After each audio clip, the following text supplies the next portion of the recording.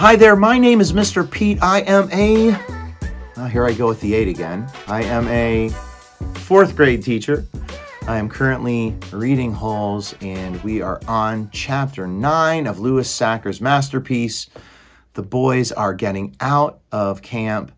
Stanley has been proven innocent, and Zero is not in the system. And he's not in the system because, unfortunately, someone took him out of the system. With that being said, let's find out when the boys leave. Of course, we might have to go back in time because we still have some things we need to figure out. Like, why didn't those lizards kill Stanley and Zero? Chapter 49, let's go back in time. There never used to be yellow-spotted lizards in the town of Green Lake. They didn't come to the area until after the lake dried up. But the townsfolk had heard about the red-eyed monsters living in the desert hills. One afternoon, Sam the Onion Man and his donkey, Mary Lou, were returning to his boat, which was anchored just a little offshore. It was late in November, and the peach trees had lost most of their leaves. "Sam!" someone called. He turned around to see 3 men running after him, waving their hats. He waited. "Afternoon, Walter, Bo, Jesse," he greeted them as they walked up, catching their breath.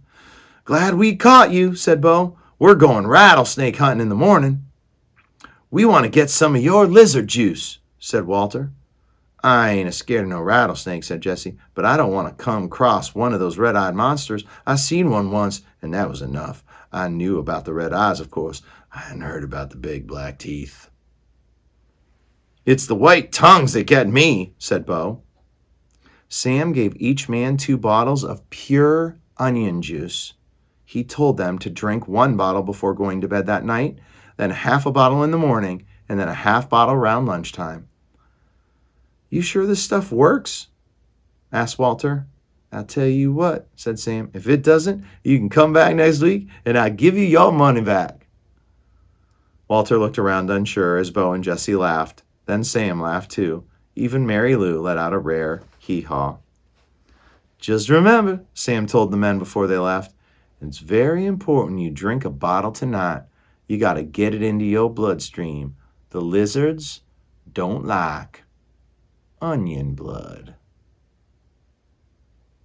So we go back in time to find out that Sam had a potion made of straight-up onion juice that kept lizards away. Why didn't Stanley and Zero get bit by a yellow-spotted lizard? If you don't know, pay attention to the next section. Stanley and Zero sat in the back seat of Ms. Marengo's BMW. The suitcase lay between them. It was locked, and they decided they'd let Stanley's father try to open it in his workshop. "You don't know what's in it, do you?" she asked. "No," said Stanley. "Yeah, I didn't think so." The air conditioning was on, but they drove with the window open as well, because, no offense, but you boys really smell bad. Why do they smell bad? Well, they haven't taken a shower in a long time, but beyond that, what have they been eating? Ms. Marengo explained that she was a patent attorney. "I'm helping your father with the new product he's invented. He happened to mention your situation, so I did a little investigating. Clyde Livingston's sneakers were stolen sometime before 3:15.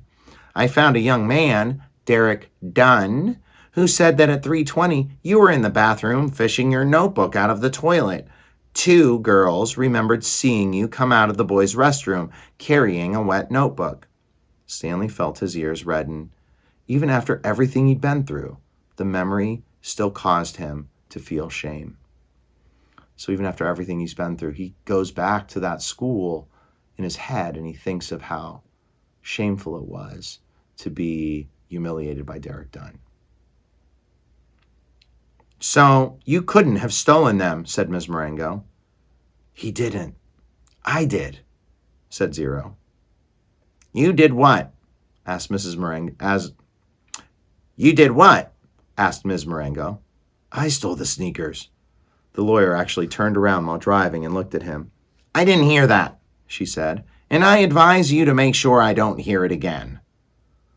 What did my father invent? Stanley asked. Did he find a way to recycle sneakers? No, he's still working on that, explained Ms. Marengo. But he invented a product that eliminates foot odor. Here, I've got a sample in my briefcase. I wish I had more. You two could bathe in it. Because they smell like onions. She opened her briefcase with one hand and passed a small bottle back to Stanley. It had a fresh and somewhat spicy smell. He handed it to Zero. What's it called? Stanley asked. We haven't come up with a name yet, said Ms. Marengo.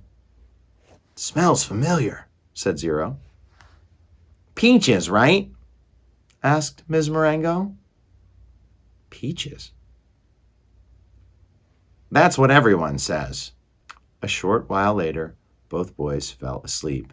Behind them, the sky had turned dark, and for the first time in over 100 years, a drop of rain fell into the empty lake.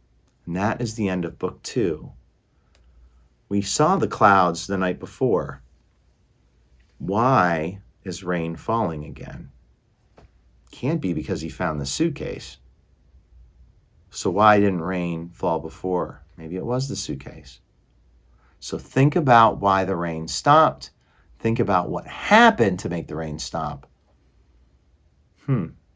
Stanley seemed to be at the wrong place at the wrong time again, but it all worked out for him.